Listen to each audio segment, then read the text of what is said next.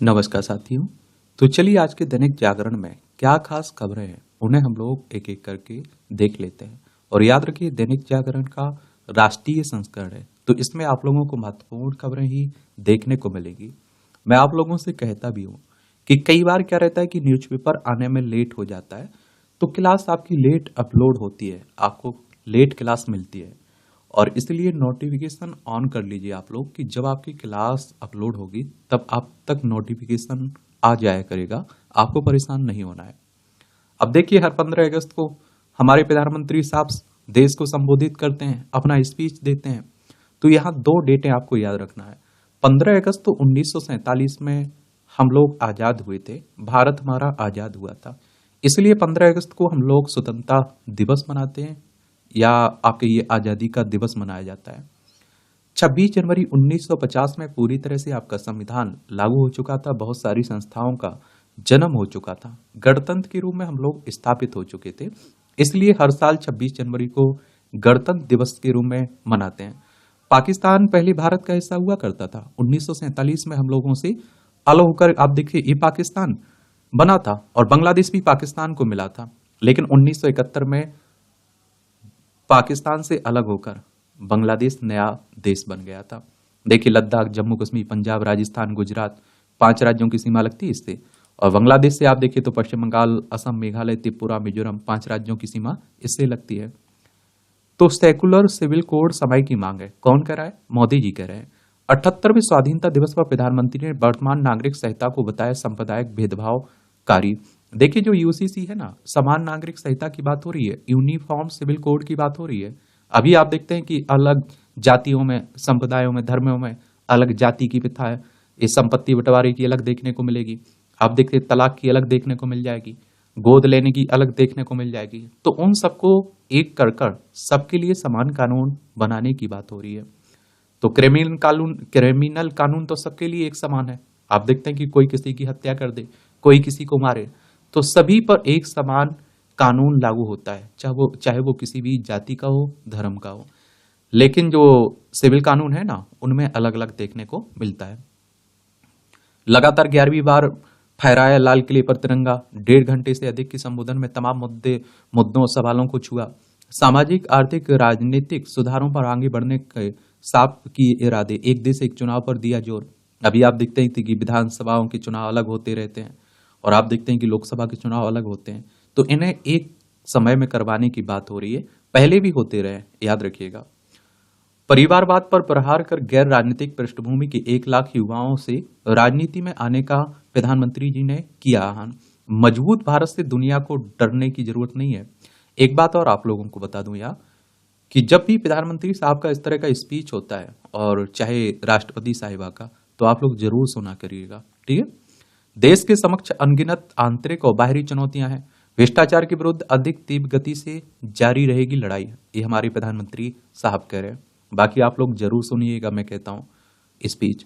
धरती की निगरानी के लिए EOS 08 का प्रक्षेपण आज होगा। और आप देखिए धरती की निगरानी के लिए EOS 8 को श्रीहरिकोटा के सतीश धवन अंतरिक्ष केंद्र से शुक्रवार सुबह लॉन्च किया जाएगा। इसरो लघु उपग्रह प्रक्षेपण यान की तीसरी और अंतिम विकासात्मक उड़ान के जरिए पृथ्वी अवलोकन उपग्रह EOS 08 प्रक्षेपित करने के लिए पूरी तरह तैयार है।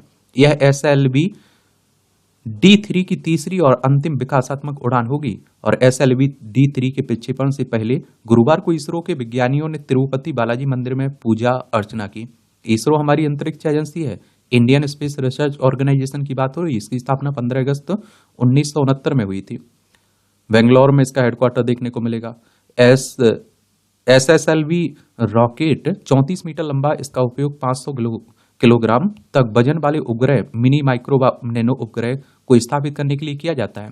EOS 08 3 पेलोड ले जाएगा। इसमें electro optical infrared payload EOIR और global navigation satellite system, reflectometer मेट्री पेलोड और CIC UV डोसीमीटर शामिल है इसमें। EOIR को उपग्रह आधारित निगरानी, आपदा और पर्यावरण निगरानी के लिए तस्वीरें खींचने के लिए डिजाइन किया गया है। और GNSS R समुद्र की सतह की हवा का विश्लेषण, मिट्टी की नमी का आकलन, बाढ़ का पता लगाने के लिए रिमोट सेंसिंग क्षमता प्रदर्शित करेगा। और SIC UV dosimeter Gaganyaan mission में पराबैंगनी के विकिरण की निगरानी करेगा। ये CBI ने कोलकाता में डॉक्टरों और अस्पताल के अधिकारियों से की पूछताछ। जो आप देखिए महिला चिकित्सक हत्याकांड हुआ है ना, उसी की बात हो रही है। और CBI की बात करें तो सेंट्रल ब्यूरो ऑफ इन्वेस्टिगेशन की बात हो रही है। 1 अप्रैल 1963 में इसकी स्थापना हुई थी। नई दिल्ली में हेडक्वार्टर आपको देखने को मिलेगा। देखिए पश्चिम बंगाल है, कोलकाता इसकी राजधानी देखने को मिलेगी। इसकी अंतर्राज्यीय सीमा आप देखिए उड़ीसा, झारखंड, बिहार, सिक्किम, असम से लगती है। अंतर्राष्ट्रीय सीमा नेपाल, भूटान, बांग्लादेश 3 देशों से लगती है। ममता बनर्जी यहाँ की चीफ मिनिस्टर हैं। CB आनंद बोस यहाँ के राज्यपाल हैं। विधानसभा में आप देखेंगे 200 कितनी सीटें हैं, 94 सीटें हैं। राज्यसभा में 16 सीटें हैं। लोकसभा में 42 सीटें हैं। 88,752 वर्ग किलोमीटर में फैला हुआ है। ये भी याद रखिएगा। ये अग्नि मिसाइल के जनक माने जाने वाले राम नारायण अग्रवाल नहीं रहे। ये वर्ष 1990 में पद्मश्री और सन 2000 में पद्म भूषण से किए गए थे सम्मानित। जरूर याद रखिएगा आप लोग। और आप देखते हैं कि अग्नि इंटर कॉन्टिनल बैलिस्टिक मिसाइल कार्यक्रम में ने भारत को अमेरिका, रूस, चीन, फ्रांस, ब्रिटेन, इजराइल और उत्तर कोरिया जैसे देशों के समूह में शामिल कर दिया था। रामनारायण अग्रवाल का जन्म 24 जुलाई 1941 को जयपुर में एक व्यापारी परिवार में हुआ था। वर्ष 1989 के आप देखते हैं कि मई महीने में कार्यक्रम निदेशक के रूप में डॉक्टर अग्रवाल और उनकी टीम ने अग्नि मिसाइल का सफल परीक्षण किया था। यह मध्यम दूरी की बैलिस्टिक मिसाइल थी। 1983 से 2005 तक डॉक्टर अग्रवाल ने अग्नि मिशन के कार्यक्रम निर्देशक के रूप में काम किया। उन्हें आपको बताया कि 1990 और में पद्मश्री और सन 2000 में पद्म भूषण से सम्मानित किया गया था। याद रखिएगा। मोदी ने इस बार पहना बहुरंगी लहरिया साफा। ये आप देखते हैं हर बार अलग अलग पहनते रहते ना। 78वें स्वतंत्रता दिवस समारोह में आकर्षण का केंद्र बनी रही PM मोदी की राजस्थानी पगड़ी। मोदी ने 2014 में अब तक प्रत्येक स्वतंत्रता दिवस समारोह में पहनी अलग अलग पगड़ी। और लाल किले की प्राचीर से PM मोदी ने 11वीं बार फहराया तिरंगा। ये भी याद रखिएगा। और मनमोहन सिंह ने आप देखते हैं कि 2004 से 2014 की भी 10 बार तिरंगा फहराया था। ये भी याद रखिएगा। और आप देखिए जवाहरलाल नेहरू देश के पहले प्रधानमंत्री और इंदिरा गांधी जिन्होंने क्रमशः 17 और 16 बार तिरंगा फहराया था। ये भी आप लोग याद रखिएगा। ये आपकी राष्ट्रीय राजधानी से जुड़ी खबरें हैं। दिल्ली की बात हो रही, केंद्र शासित प्रदेश है। विधानसभा में 70 सीटें हैं, राज्यसभा में 3 सीटें हैं, लोकसभा में 7 सीटें हैं। अरविंद केजरीवाल यहाँ के चीफ मिनिस्टर हैं। और LG ने सरकार की जवाबदेही सुनिश्चित करने का किया आह्वान। लोगों को PM के विकसित भारत के सपने को सार्थक योगदान देना होगा। आधुनिक स्वतंत्रता सेनानी है अरविंद केजरीवाल, कैलाश गहलोत कह रहे हैं। आप देखेंगे क्योंकि अरविंद केजरीवाल दिल्ली के जो मुख्यमंत्री है ना, इस समय आप देखते हैं कि आबकारी नीति घोटाले में जेल में बंद है। अभी आप देखते हैं कि ये तथाकथित है, अभी साबित नहीं हुआ क्योंकि अरविंद केजरीवाल के एक सहयोगी मनीष सिसोदिया जेल से बाहर हो चुके हैं। अभी तक उन पर भी आरोप सिद्ध नहीं हुआ। और मैं इसलिए आप लोगों से कहता हूं कि आरोप लगने में और आरोप सिद्ध होने में जमीन आसमान का फर्क है, इसलिए सोच लिया करिएगा आप लोग।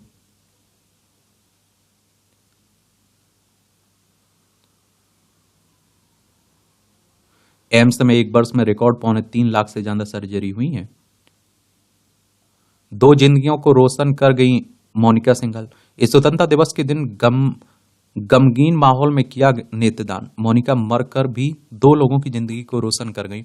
मैंने आप लोगों से पहले भी कहा है कि अगर आप देखिए, मान लीजिए मेरी किसी भी कारण से समय से पहले मौत हो जाती है, अगर मेरा परिवार मेरा ये शरीर दान कर देता है, मेरे शरीर के अंगों को दान कर देता है, तो बहुत सारे लोगों को जिन्हें अंग की जरूरत है उनकी जिंदगी बचाई जा सकती है। तो लेकिन ये हमारे देश में जागरूकता कम है, आपने देखा होगा। PM ने कहा कि बेहतर जीवन के लिए दलगत भावना से उठकर काम करना जरूरी है। जनप्रतिनिधियों के इसके लिए कंधे से कंधा मिलाकर जुटना होगा। सुगम जीवन के लिए पंचायत से केंद्र तक मिशन मोड में हो काम।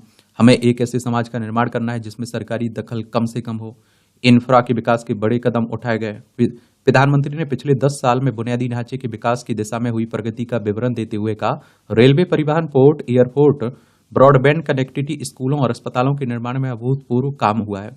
इसका असर यह हुआ कि आधारभूत ढांचे का कायाकल्प हो गया और स्कूल और अस्पताल दूर दराज के क्षेत्र तक बनाए गए और आरोग्य बंदर, नए मेडिकल कॉलेज का निर्माण और उनकी सरकार के दृष्टिकोण को दर्शाता है। 4 करोड़ घरों का निर्माण किया गया है और 3 करोड़ नए घर बनाए जा रहे हैं। पीएम ने कहा कि उनकी सरकार ने यथास्थिति वाली मानसिकता को बदला है।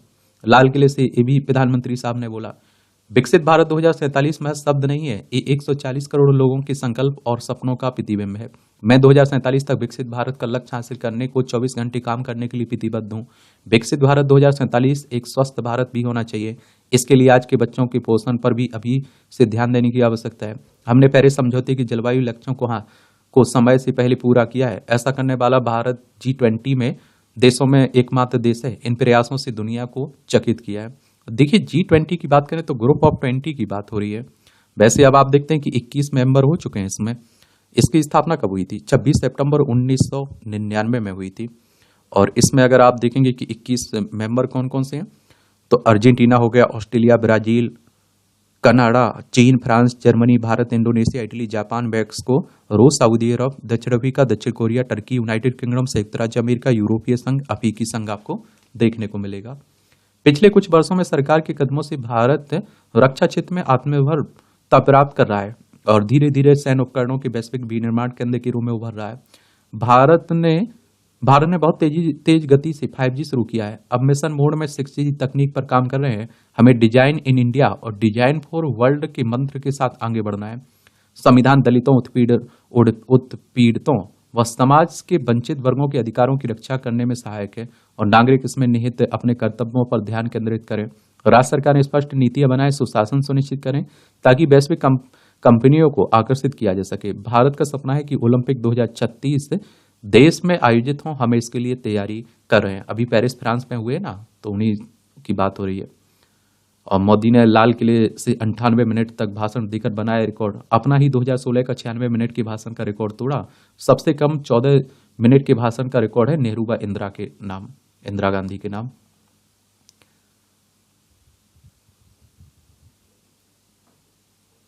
ये राक्षसी कृत्य करने वालों के मन में फांसी का डर पैदा करना बहुत जरूरी है। पीएम मोदी साहब ने कहा कि समाज व राज्य सरकारों को दिया कड़ा संदेश। कहा, माताओं बहनों के प्रति अत्याचारों को गंभीरता से ले, सजा की भी हो व्यापक चर्चा। 140 करोड़ भारतीयों को बांग्लादेश में हिंदुओं की सुरक्षा की चिंता है। प्रधानमंत्री साहब ने यह भी कहा है, अगले 5 वर्षों में देश में मेडिकल की 75,000 नई सीटें होंगी सृजित। छात्रों के विदेश की ओर होने वाले पलायन को रोकने की बताई जरूरत। शिक्षा के क्षेत्र में नालंदा स्पिरिट को जगाने और कौशल पर दिया जोर प्रधानमंत्री साहब ने। ओलंपिक दल और BRO कार्यकर्ता और लखपति दीदी विशेष मेहमान रहे इसमें। इस स्वतंत्रता दिवस पर लाल किले पर आयोजित स्वतंत्रता दिवस समारोह में शामिल हुए 6,000 विशेष अतिथि। समारोह में युवा, आदिवासी समुदाय, किसान, महिला समेत कई क्षेत्रों के लोग शामिल हुए। राष्ट्रपति भवन में एट होम कार्यक्रम देखिए। स्वतंत्रता दिवस के अवसर पर गुरुवार को राष्ट्रपति भवन में एट होम के दौरान पूर्व राष्ट्रपति रामनाथ कोविंद, प्रधानमंत्री नरेंद्र मोदी तथा उपराष्ट्रपति जगदीप धनखड़ का अभिवादन स्वीकार करती है राष्ट्रपति द्रौपदी मुर्मू। जैविक खाद्यान्न की बास्केट बन सकता है भारत। पीएम ने कहा कि खेती की प्रणाली में व्यापक बदलाव की जरूरत है। रासायनिक उर्वरकों के अत्यधिक उपयोग पर जताई चिंता। और यूसीसी से विवाह उत्तराधिकार के नियम सबके लिए होंगे समान। जो विभिन्न धर्मों के पर्सनल लॉ है ना, लॉ में शादी, तलाक, उत्तराधिकार आदि के नियम अलग हैं। अब सिर्फ गोवा में लागू समान नागरिक संहिता है, उत्तराखंड में लागू करने की तैयारी चल रही है। देखिए, एक बात तो मुझे लगता है कि ये तो सही है। अगर आप देखिए समान नागरिक संहिता की बात की जाए तो संविधान के अनुच्छेद 44 सभी नागरिकों के लिए समान नागरिक संहिता लागू करने की बात करता है। अब आप खुद सोच के देख लीजिए, आपके पड़ोस में किसी और धर्म की महिला रह रही, उसके कुछ और अधिकार हैं, उसका शादी करने की, शादी से अलग होने के अलग नियम है, और हमारे घर में जो महिला रह रही, आपके घर में जो महिला रह रही, उसके अलग नियम अधिकार हैं। आप सोचिए, तो भेदभाव है ना। सबके लिए समान कानून बन जाएगा। और इससे आप देखिए कोर्ट को भी सोचना पड़ता है कि अच्छा ये धर्म है इनका तो इनके लिए अलग नियम है, और ये दूसरे धर्म के तो इनके लिए अलग नियम है, फिर सबके लिए समान नियम हो जाएंगे। अब आप देखिए राजनीति की खबरें हैं, क्योंकि अब हरियाणा में आपकी विधानसभा चुनाव है। हरियाणा में कितनी विधानसभा सीटें हैं बताइए। देखिए, चुनाव की बात करें तो विधानसभा, राज्यसभा, लोकसभा, राष्ट्रपति, उपराष्ट्रपति के चुनाव कौन करवाता है देखभाल? ये भारतीय निर्वाचन आयोग, इलेक्शन कमीशन ऑफ इंडिया, एक संवैधानिक संस्था है। संविधान के अनुच्छेद 324 के तहत चुनाव आयोग की स्थापना की बात की गई है। 25 जनवरी 1950 में स्थापना हुई थी। 25 जनवरी को आप लोग मतदाता दिवस मनाते हैं। नई दिल्ली में हेडक्वार्टर देखने को मिलेगा। सुकुमार सेन पहले मुख्य चुनाव आयुक्त थे। ये सब राजनीति की बातें हो रही हैं। देख लीजिए।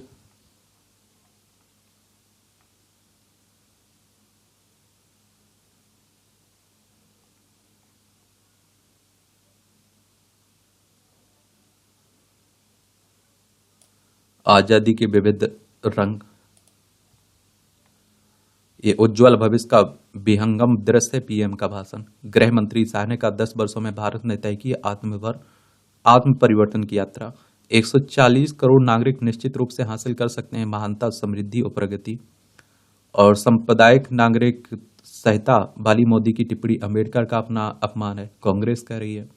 आरोप प्रत्यारोप खूब चलते रहते हैं ना। अब देखिए, नेता विपक्ष राहुल गांधी को पीछे बिठाना छोटी मानसिकता है, कांग्रेस कर रही है। तो ये भी कल पिक्चर काफी चर्चा का विषय बनी रही।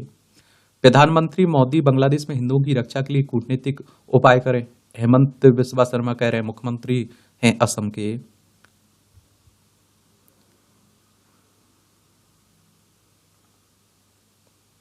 बांग्लादेश में आकारण ही हिंसा झेल रहा है हिंदू, ये मोहन भागवत कह रहे हैं, आरएसएस प्रमुख कह रहे हैं। क्योंकि आप देखेंगे यहाँ की प्रधानमंत्री शेख हसीना ने इस्तीफा देकर जो भारत में शरण ली हुई है ना, उसके बाद जो हिंसा फैली हुई उसी की बात हो रही है। राष्ट्रीय स्वयंसेवक संघ की बात करें तो 27 सितंबर 1925 में इसकी स्थापना हुई थी।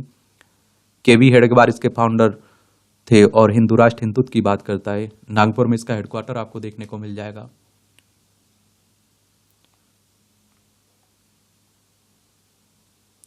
शून्य कार्बन उत्सर्जन के लक्ष्य को पाने वाला देश का पहला एयरपोर्ट बना आईजीआई। 2030 तक लक्ष्य 6 वर्ष पहले ही आईजीआई ने किया हासिल। एयरपोर्ट काउंसिल इंटरनेशनल ने इस लक्ष्य प्राप्ति को दी मान्यता। अच्छी बात है। देखिए,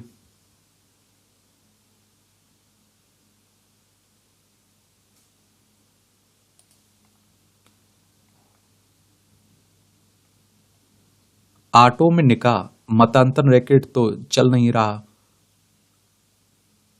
ये जांच करें सीबीआई। पंजाब पुलिस की जांच रिपोर्ट से हाई कोर्ट असंतुष्ट, राज्य सरकार को फटकार लगाई है। या आप देखिए, ऑटो रिक्शे में निकाह करने मामले में प्रेमी जोड़े को क्लीन चिट देने पर पंजाब सरकार को फटकार लगाई गई है।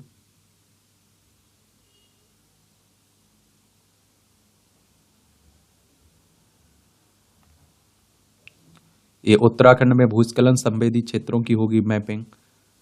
ये अल्मोड़ा, पॉपेस्तोर, मसूरी, नैनीताल व उत्तरकाशी में चल रहा है ये लीडार सर्वे। वर्ष में 60 स्थलों का परीक्षण। लैंडस्लाइड इंफॉर्मेशन डेटाबेस के अंतर्गत 4 धाम यात्रा मार्गों का भी तैयार किया जाएगा एटलस।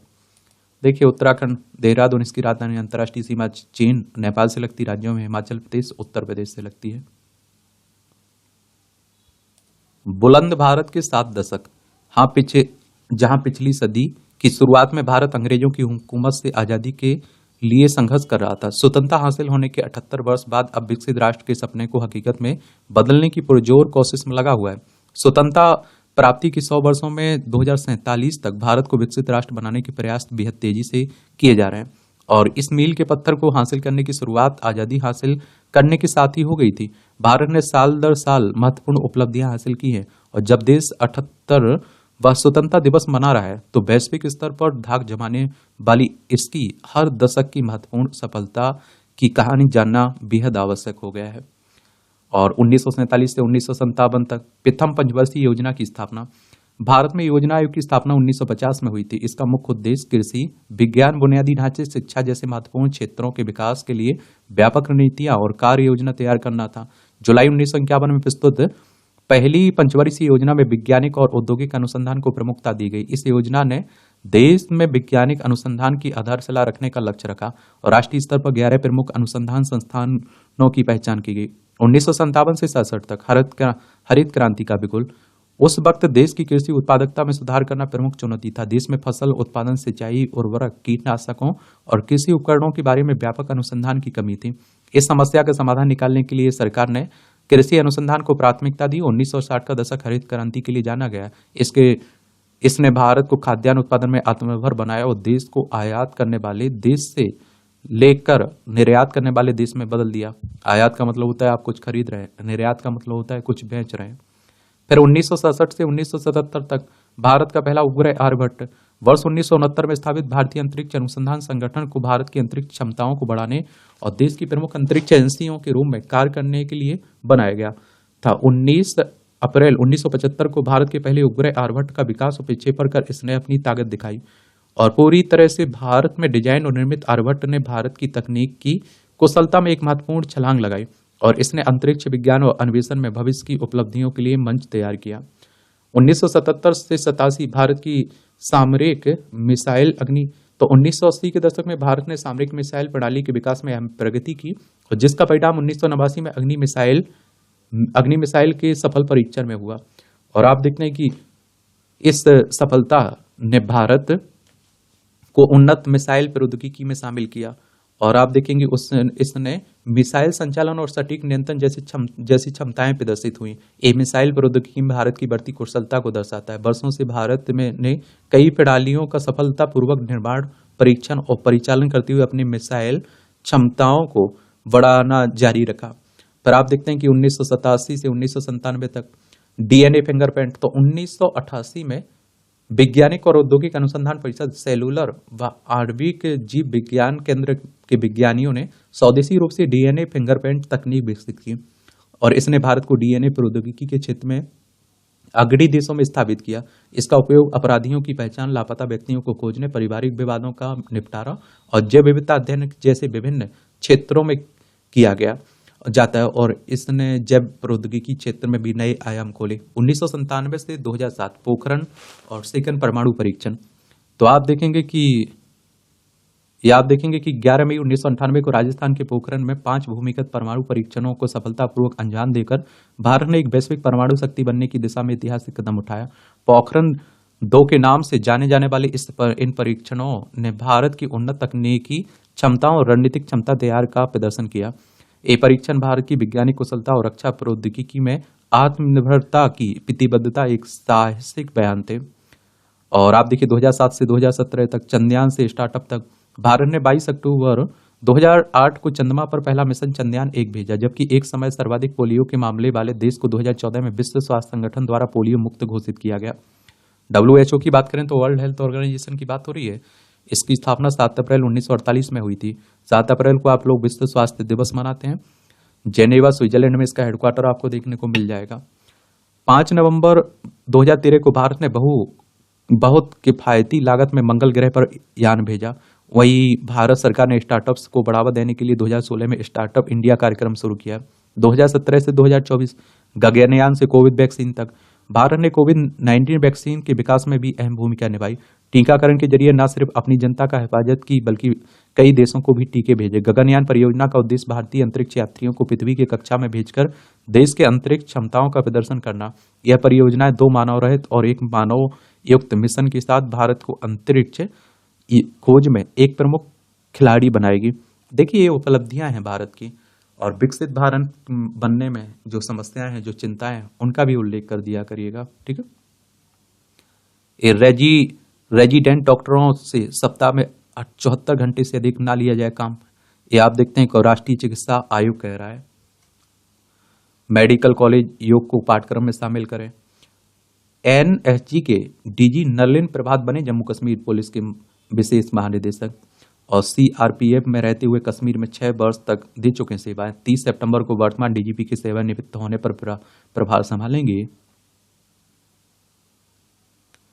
आजकल ठगी भी खूब हो रही है। ठगों ने IIT की प्रोफेसर को डिजिटल अरेस्ट कर ठगे 12 लाख। थोड़ा याद रखा करिएगा। ये नम आंखों से दी गई बलिदान कैप्टन दीपक सिंह को अंतिम विदाई। जम्मू कश्मीर के डोडा में बुधवार को आतंकियों के साथ मुठभेड़ में ये शहीद हो गए ना, उनकी बात हो रही है।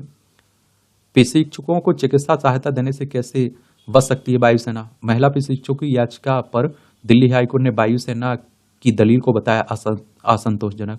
प्रशिक्षण के दौरान घायल होने के मामले के लिए SOP तैयार करने का दिया निर्देश।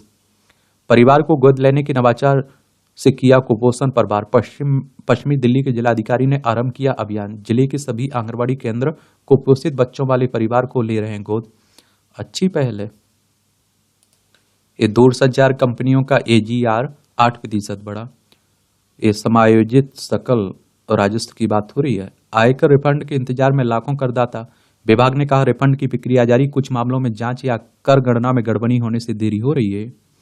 6.77 करोड़ रिटर्न दाखिल हुए थे पिछले साल 31 जुलाई तक। 7.28 करोड़ RTI दाखिल किए गए 31 जुलाई 2024 तक। सोने का आयात 4.23% घटकर $12.64 रहा। प्रतिष्ठित मोटरसाइकिल ब्रांड BSA का भारत में पदार्पण। 8,000 करोड़ का विशेष लाभांश देगी हिंदुस्तान जिंक। जापान की आर्थिक की पिछली तिमाही में 3.1% बढ़ी है। JP एसोसिएट्स का घाटा बढ़कर 1,023 करोड़ हो गया। अमेरिकी बाजार में भारत के एंटीबायोटिक निर्यात का बढ़ रहा है हिस्सा। भारत ने रूस से $2.8 अरब मूल्य का कच्चा तेल आयात किया है। चीन के बाद भारत रूसी तेल का दूसरा सबसे बड़ा आयातक है, दुनिया का तीसरा से बड़ा उपभोक्ता। रूस से खरीदे गए तेल को रिफाइनरी में पेट्रोल और डीजल जैसे ईंधन में बदला जाता है। AI टूल के इस्तेमाल के बारे में ग्राहकों को बताए निवेश सलाहकार। 2000 आवासीय प्रोजेक्ट अधर में लटके। ये आप देखते हैं कि 42 शहरों में स्थित इन परियोजनाओं में घरों की कुल संख्या 5.08 लाख है। दिल्ली नोएडा के बाजार में उतरेगी सिग्नेचर ग्लोबल। IPO से 1,590 करोड़ रुपए जुटाएगी कल्पतरू। चलिए, एलोपैथी की जहरीली दवा खाकर हर साल हो रहे करोड़ों का मौत। रामदेव चिकित्सा की स्वाधीनता के आंदोलन को अब आगे बढ़ाने की आवश्यकता है। ये अभी इन्हें राहत मिली थी और उसके बाद फिर बोलना शुरू कर दिया इन्होंने। बैंक धोखाधड़ी मामले में ED ने कुर्क की 678 करोड़ रुपए की संपत्ति। अवंता समूह की विभिन्न कंपनियों की है ये संपत्ति। अवंता समूह का स्वामित्व व्यवसायी गौतम थापर के पास है। ED की अगर बात करें तो इन्फोर्समेंट डायरेक्टरेट की बात हो रही, प्रवर्तन निदेशालय की बात कर रहा हूँ। नई दिल्ली में इसका हेडक्वार्टर देखने को मिल जाएगा। 1 मई 1956 में इसकी स्थापना हुई थी। तत्परता से काम नहीं करने पर थॉमस कुक पर लगाया जुर्माना। शिकायतकर्ता से वसूले 7.71 लाख टूर व ट्रेवल्स कंपनी को चुकाने होंगे। जिला उपभोक्ता विवाद निवारण आयोग नई दिल्ली ने टूर व ट्रेवल्स कंपनी थॉमस कुक को वीजा हासिल न करने से शिकायतकर्ता को हुई परेशानी के लिए कंपनी को तत्परता में काम नहीं करने और लापरवाही बरतने का जिम्मेदार ठहराया है। भारत में कहर ढा रही आकाशीय बिजली। 1967 और 2020 के बीच भारत में आकाशीय बिजली गिरने से आप देखते हैं कि 1,0309 मौतें हुई। सिर्फ 7 राज्यों और केंद्र शासित प्रदेशों ने बनाई आकाशीय बिजली पर कार्य योजना। स्पाइस जेट 15 दिन में पट्टादाताओं को सौंपे 3 आप देखते हैं इंजन, दिल्ली हाईकोर्ट कह रहा है। ये आपकी अंतर्राष्ट्रीय खबरें हैं। स्वतंत्रता दिवस पर दुनिया भर से आई शुभकामनाएं। मोदी जी ने धन्यवाद दिया हुआ है। चलिए, अच्छी बात है। विदेशों में भारतीयों ने धूमधाम से मनाया स्वतंत्रता दिवस। भारत की आजादी के जश्न में हुआ शामिल गूगल। दोहा में गाजा युद्ध विराम समझौता वार्ता शुरू हुई है। जो इजराइल और गाजा में चल रहा है ना, हमास में, उसी की बात हो रही है। आपातस्थ PM शेख हसीना के खिलाफ इंटरनेशनल ट्रिब्यूनल ने शुरू की जांच। और बांग्लादेश की पूर्व प्रधानमंत्री के साथ ही 9 अन्य लोगों पर भी नरसंहार का आरोप है। अब देखते हैं क्या होते हैं, इनकी क्या स्थिति रहती है। वेंस व वाल्ज वाइस प्रेसिडेंशियल डिबेट में भाग लेने पर सहमत हुए। अब देखिए, अमेरिका में राष्ट्रपति चुनाव हो रहे हैं ना, उसी को लेकर बातें हो रही हैं। श्रीलंका में राष्ट्रपति पद की दौड़ में रिकॉर्ड 39 उम्मीदवार। ये श्रीलंका आप लोग देख लीजिए। पाक जिल्लम रोमन्नार की खाड़ी आपको देखने को मिल जाएगी। मोदी न्यूयॉर्क में 22 सितंबर को भारत वंशियों को करेंगे संबोधित। प्रधानमंत्री अगले महीने संयुक्त राष्ट्र सत्र में हिस्सा लेने के लिए करेंगे अमेरिका दौरा। संयुक्त राष्ट्र की बात करें तो यूनाइटेड नेशंस की बात हो रही। 24 अक्टूबर 1945 में इसकी स्थापना हुई थी। न्यूयॉर्क USA में हेडक्वार्टर देखने को मिलेगा। मोदी ने 2019 में ह्यूस्टन के NRG स्टेडियम में भारतवंशियों की हाउडी मोडी कार्यक्रम को संबोधित किया था। WHO ने एमपॉक्स को फिर घोषित किया वैश्विक स्वास्थ्य आपातकाल। कांगो में इस वायरस के प्रकोप के कारण किया गया यह फैसला। 2 वर्ष में दूसरी बार एमपॉक्स वैश्विक स्वास्थ्य आपातकाल घोषित किया गया है। ये भी आप देखेंगे। और किसी बीमारी के प्रकोप को PHEIC घोषित करके WHO बीमारी को नियंत्रित करने और रोकने के लिए अनुसंधान वैश्विक सार्वजनिक स्वास्थ्य प्रयासों में तेजी ला सकता है। एमपॉक्स, जिसे पहले मंकी पॉक्स के नाम से जाना जाता था, संक्रामक वायरल रोग है। इसका लक्षणों में दाने निकलना, फफोले पड़ना, बुखार शामिल है। यह कांगो से बुरुंडी, केन्या, रवांडा और युगांडा सहित पड़ोसी देशों में फैल गया है। अब आप देखिए, खेल का क्षेत्र है। खिलाड़ी का संबंध किस खेल से, क्या उपलब्धियां रही है, जरूर याद रखा करिएगा। हॉकी टीम ने पीएम को भेंट की हस्ताक्षर वाली स्टिक। प्रधानमंत्री ने ओलंपिक से लौटे एथलीटों से की मुलाकात। 2 पदक जीतने वाली मनु भाकर ने पिस्टल के बारे में बताया। और प्रधानमंत्री मोदी ने 2036 में ओलंपिक की खेल मेजबानी के मंत्र को भी दोहराया। देखते हैं क्या होता है। बीसीसीआई ने महिला विश्व कप मेजबानी के प्रस्ताव ठुकराया। ये ओलंपिक एथलीट भी एनसीए में ले सकेंगे भाग, जैसा है कह रहे हैं। स्वर्ण विजेता की तरह होगा विनेश का स्वागत। 17 अगस्त को देश लौटेगी फौगाट। ताऊ बोले सीएएस के परिणाम से हुई निराशा, पर बेटी का करेंगे भव्य स्वागत। अब आप देखिए, पदक तो इन्होंने जीत ही लिया था लगभग, यही मान लिया पक्का। एक तो पदक पक्का हो गया था, गोल्ड भी जीतने की कगार पर थे, लेकिन क्या कर सकते हैं। 100 ग्राम वजन ने देख रहे। ये प्रज्ञानंद रैपिड में अंतिम स्थान पर, भारतीय ग्रैंड मास्टर हैं। ओसाका वावरिंका थियम और आंद्रीस्कू को मिला वाइल्ड कार्ड। 26 अगस्त से शुरू होगी अंतरिम ग्रैंड स्लैम प्रतियोगिता यूएस ओपन। रैंकिंग में नीचे खिसकने के कारण कई दिग्गजों को नहीं मिला था प्रवेश। स्वातिक और सिनाटी ओपन के अगले दौर में आप देखेंगे। रियल मैड्रिड के लिए पदार्पण पर एम्बापे ने दागा गोल। स्पेन की युवा स्टार यमाल की पिता पर बार्सिलोना में हमला हुआ है। ओडिशा में महिला कर्मचारियों को मिलेगा 1 दिन का पीरियड लीव। उप मुख्यमंत्री व महिला एवं बाल विकास विभाग की मंत्री प्रभाती परिदा ने गुरुवार को इसकी घोषणा की है। अच्छी बात है।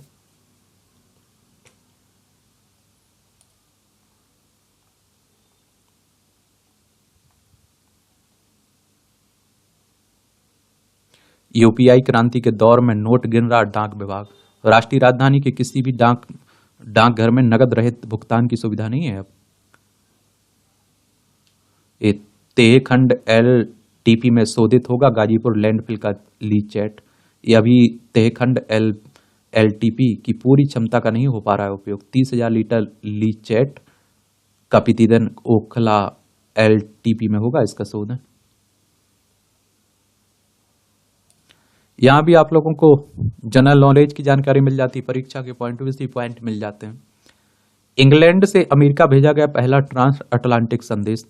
ये 1857 में आज ही के दिन ब्रिटेन की महारानी विक्टोरिया ने अमेरिका के राष्ट्रपति जेम्स बुकानन को पहला ट्रांस अटलांटिक टेलीग्राफ संदेश भेजा था। लंदन से वॉशिंगटन पहुंचने में इस संदेश को 18 घंटे का समय लगा था। टेलीग्राफ को अमेरिका के सैमुअल मोर्स ने बनाया था। सेंकोनाइड ध्वनि वाला पहला रंगीन कार्टून प्रदर्शित हुआ।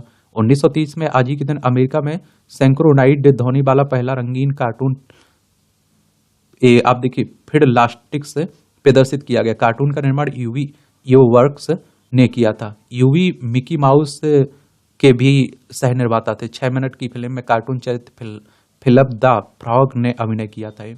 सुभद्रा ने कविताओं के जरिए जगाई आजादी की अलग। खूब लड़ी मर्दानी वो तो झांसी वाली रानी थी जैसी अमर कविताओं की रचयिता सुभद्रा कुमारी चौहान का जन्म 1904 में आज ही के दिन इलाहाबाद प्रयागराज में हुआ था। 9 वर्ष की आयु में उनकी पहली कविता नीम प्रभाग प्रकाशित हुई। झांसी की रानी, जलियांवाला बाग में बसंत जैसी कविताओं की रचना कर लोगों को स्वतंत्रता संग्राम में भाग लेने के लिए प्रेरित किया।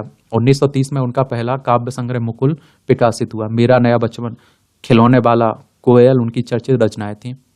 शोर की सतह पर लगातार उठ रहा है सौर तूफान। आने वाले 1-2 सालों में पृथ्वी से टकरा सकता है बड़ा सौर तूफान। धरती पर पड़ेगा इसका बड़ा असर। बिजली ग्रिड, जीपीएस सिस्टम और रेडियो संचार प्रभावित होने का आशंका है। शोर पर हो सकते हैं 115 सन स्पॉट।